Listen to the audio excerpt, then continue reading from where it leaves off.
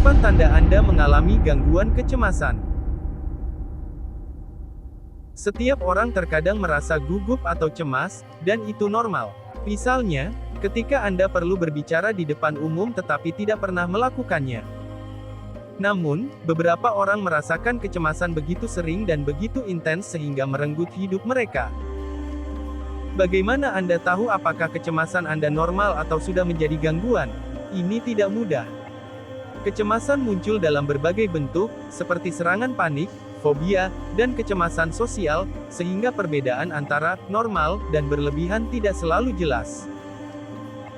Jika Anda mengalami gejala-gejala berikut secara terus-menerus dan teratur, segera hubungi dokter Anda. Berikut adalah 8 tanda Anda mengalami gangguan kecemasan. 1. Ketakutan irasional.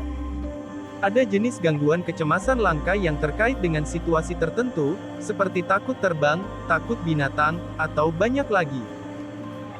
Ketika rasa takut menjadi luar biasa dan tidak sebanding dengan risiko sebenarnya, itu disebut fobia. Fobia seringkali tersembunyi sampai penderitanya menemukan sesuatu yang ditakutinya. Seseorang dengan fobia ular bisa bertahan bertahun-tahun tanpa masalah.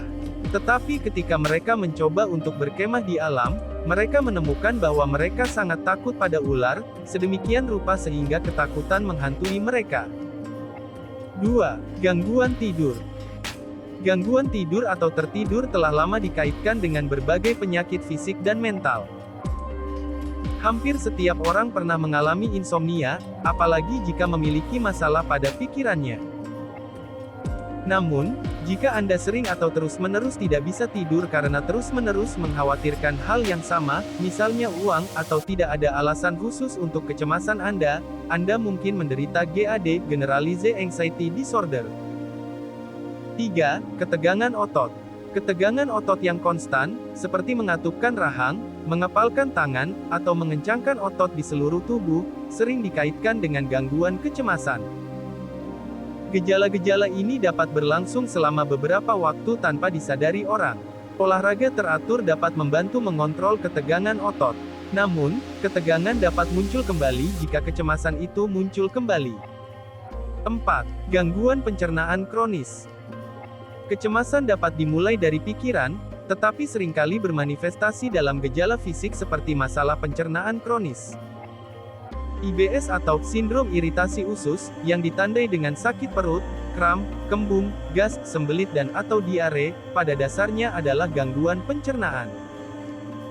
IBS tidak selalu dikaitkan dengan gejala, namun keduanya sering muncul bersamaan dan dapat memperparah sensitif terhadap stres dan sebaliknya. Gangguan pencernaan sering membuat orang khawatir. 5. Panik. Serangan panik bisa menakutkan.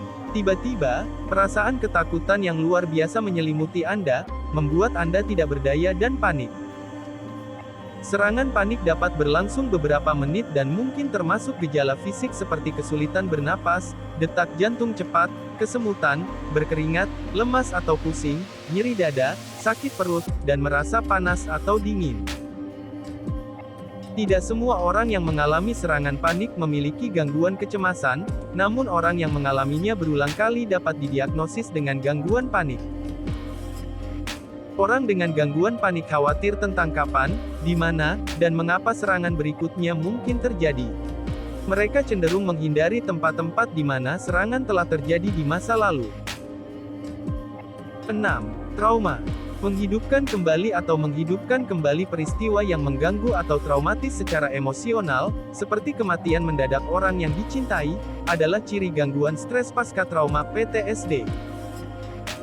Beberapa penelitian, termasuk penelitian tahun 2006 yang diterbitkan dalam Journal of Anxiety Disorders, telah menunjukkan bahwa beberapa orang dengan gangguan kecemasan sosial mengalami kilas balik PTSD.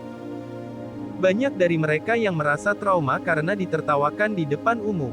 Pada umumnya, orang-orang ini menghindari faktor-faktor yang dapat memicu terulangnya ingatan buruk. Misalnya, seseorang yang trauma digoda di depan umum tidak suka tampil di keramaian atau punya banyak teman karena takut. 7. Keyakinan. Gangguan kecemasan sosial tidak selalu berkaitan dengan berbicara di depan orang banyak atau menjadi pusat perhatian.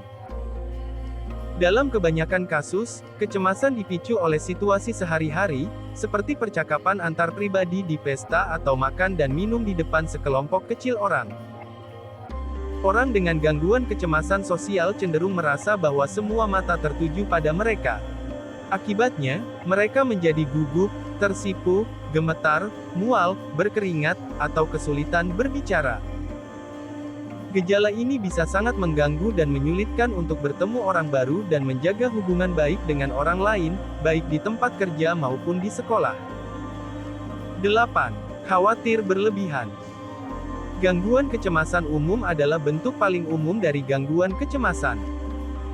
GAD atau Generalized Anxiety Disorder, dicirikan oleh terlalu banyak hal sehari-hari, baik besar maupun kecil. Pasien terus-menerus gelisah setiap hari selama setidaknya 6 bulan. Kecemasan juga menjadi sangat parah sehingga mengganggu kehidupan sehari-hari dan disertai dengan gejala yang nyata seperti kelelahan. Perbedaan antara gangguan kecemasan dan kecemasan normal adalah bahwa gangguan kecemasan menyebabkan orang menderita dan mengalami disfungsi. Jadi, apakah Anda termasuk orang yang mempunyai tanda kecemasan tersebut?